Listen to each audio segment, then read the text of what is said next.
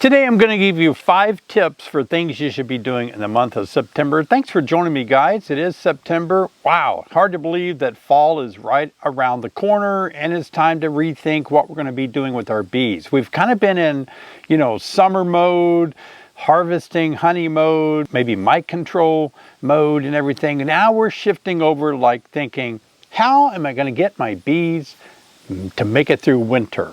So September is that month where we have to start doing some things, thinking ahead, getting our bees really ready for winter. Now, we really should have been getting our bees ready for winter since the very first day we got our bees, either through a nucleus or a split or a package. All the things that we do all year long really does help our bees become healthier as the season progresses, and they are so healthy that when winter comes, they're ready for winter. But we don't live in a perfect world, do we? There's a queen that fails. There's something happens. Mite gets out of control. We just like, wow, how do I get all this shored up and kind of make last minute effort to get my bees ready for winter? And I don't know where you're at with getting your bees ready for winter, but the 5 tips I'm going to give you today are going to help you think through the process of what you should be doing to get your bees ready for winter. Tip number 1, you should be feeding your bees. Now, there's an argument about that. There's a coin toss. Some people say heads or tails. No, you shouldn't. Yes, you should. I really believe you should. Now, I live in an area, so that makes a big difference too, but I live in an area where we really don't have much of a fall nectar flow. We have some asters, goldenrod here in central Illinois, but in decades of keeping bees here, I don't see big honey flows. I don't see big pollen flows for me. Now, some of you do, and you're going to leave comments. Should I feed because I have this kind of flower, that type of crop that is in September really big, should I do what you said? And you're going to have to adapt what I'm teaching you today to the climate that you live in. How can you tell if your bees need fed? Well, I think the obvious one is look inside the hive. Do they have a lot of stores ready for winter? I need about 60 or 80 pounds of stored honey in my hives. Now, I do it a little differently because I feed my bees all fall. And when the temperature drops below 50, I'll wait a few weeks and then I'll start feeding them the winter bee kind that I make, usually at the end of December or sometime in January, to help them through those brutally cold temperatures of January and February. And so my bees really do have to have some food just to help them a little bit. The winter bee kind helps me not have to worry about bees running out of food, kind of an emergency feeder. I just want to make sure they have this hard candy with the nutrients they need, just in case they do run out of their own stored honey. But oftentimes, you can't get things to work out right. Many of you, me included, we do harvest sometimes more honey than we should have, not leaving enough on board for the bees. But in the fall, I really think it's important to feed bees because tip number 2 is we need bees of winter physiology. Now that means bees are going to live 4 to 6 months because they're not forager bees. They've never foraged before. They're new bees that we're raising in September and October. And those bees of winter physiology really do live longer, 4 to 6 months. So they're going to be the bees we need to help carry our colony through all the way through a cold winter.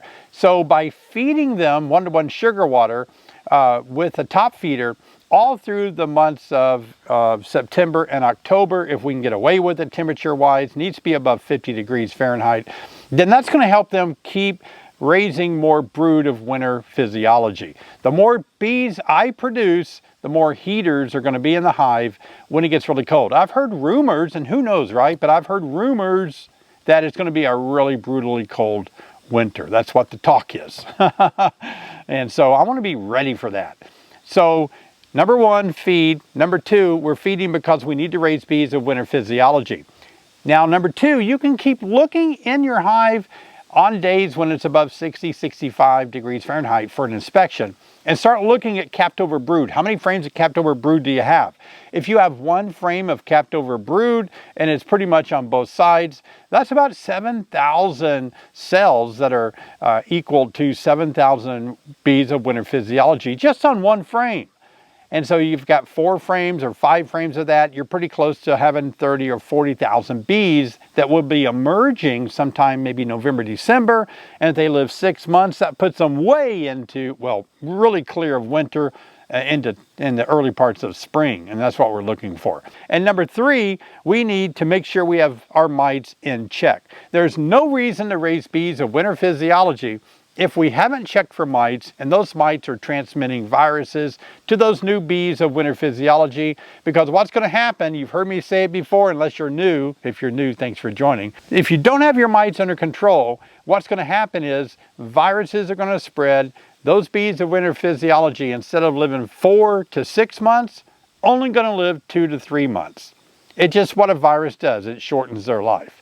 So if you get your mites under control, it means you're getting your viruses in check, and it means these bees are going to live longer because they're healthier. That's the whole purpose of my channel. I'm helping new beginners keep healthier bees and make fewer mistakes going into winter. Tip number 4, and it's getting kind of critical right now for this one, you got to make sure you got a good queen in there. I know it's harder to find queens right now, but if you're second guessing your queen, she's not laying well, something's going wrong, it's time to bite your nails, really, because she's not going to get better during the winter months. In fact, if you lose her in the winter, a poor queen fails in the winter time, she can't keep the hive going with a little bit of brood that she is going to be laying all winter long, and you'll come out of winter into spring, not being able to find a queen in spring, you're going to lose the colony. Now, how are you going to find a queen this late in the game? I think you can talk to people in your local club. Call everybody that sells queens. They still may have some, but you really do need to check and make sure. Also, I often say that you need to have a little nucleus hive to support your big hive. And then in that little nucleus, you've got 4 or 5 frames and a queen in there. That's a great idea, because if you fail to keep a strong queen in the month of September and you can't find one to buy, you can go to that support little 5-frame nuke that's supporting your big colony. You can pull the queen out of there, put her in a queen cage with some queen candy or marshmallow, and introduce her after killing the old queen that's not doing very well. You can do things like that. That's maybe for a more experienced beekeeper, but I really want you to think about it if you're not doing it already. Next year, have a 5-frame nucleus as a support colony for your larger hive. Now, I know some of you have a lot of hives. You're not going to do that if you have more than 10 colonies. That's going to be a lot of nukes to take care of. But if you've got a handful of hives, good to have that support system. Now, the final tip I want to warn you about is tip number 5. It's all about robbing. I made a video a few weeks ago about how to put a robber screen on your hive to prevent robbing. Why do bees rob in the fall? There's not a lot out there in most parts of the U.S. Everything dries up, especially, like, let's take Illinois. In the first part of October, we're going to have our first hard freeze, and that's going to kill every flower. So there's nothing at that point. That's going to be like the first, second week in October. That means November, December. We're going to have 2 months of nothing, even before winter gets here. And so those bees are really looking for something. They can deplete all of their protein and sometimes all of the carbohydrate or the nectar or honey in the hive, even before winter gets here. That's why these bees are going out. Scout bees are looking everywhere for your colony around the block, down the road, and they're going to try to send scouts and then go back to the hive and say, I've found a hive we can rob. And they're going to try to steal all the honey out. Keep an eye on that. I've made videos about what robbing looks like. Many videos, check my videos for that, but it's like when bees are all around the hive trying to get in every nook and cranny they can, even the entrance, under the top cover, they're around back, they're trying to get in everywhere. At that point, you need to probably right now put a robber screen on your hive just as a safeguard. It's not a bad idea, actually. So even before robbing starts, maybe think about putting a robber screen on there. I'll leave a link in the description where you can find a robber screen, one that I recommend, and I've made a video on how to use it. Now, some of you make this mistake. Listen up. Some of you have asked me, why can't I harvest my honey and the wet super from the honey I just extracted, that wet super, all those frames in that box, why can't I set it right in front of the hive I took it off of and let the bees clean it up? Here's why.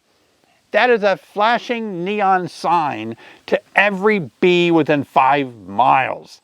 Every beehive is going to, their scouts are going to find that. And when they find it, they're going to come there and yeah, they're going to clean it up. But guess what also they're going to do?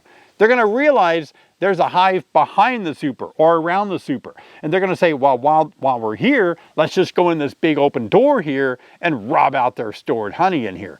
So that's why I recommend never putting honey supers in your bee yard, because it attracts robbers into your hive. Plus, it also excites small hive beetle as well. You want to keep your bee yard really cleaned up from honey supers and pollen and all that kind of fermenting bee bread and all. Otherwise, it's going to attract small hive beetle really bad. So do all of that. If you need to feed your bees in a community feeder or put those wet supers somewhere, put them really far away from your hives, 50 yards, 100 yards away, so those robbers aren't going to be attracted to all of your colonies. Now, if you want to learn more about getting your bees through the winter, I have an entire online beekeeping course that goes into more detail about what I just talked about. It's about how to get your bees through the winter. Many people have taken it and enjoyed it, and it has helped them so much. Here's a link on how you can do that, and it's a link in the description below. I hope you will, because I want you to be well educated. Knowledge is going to make all of us better beekeepers. It always works out that way. I hope these tips have been helpful for you. Watch this video right here where I demonstrate that robber screen. It's going to be a real big help for you guys if you're wrestling or might think that your hive's going to be robbed out. Take a look. I'll see you over there.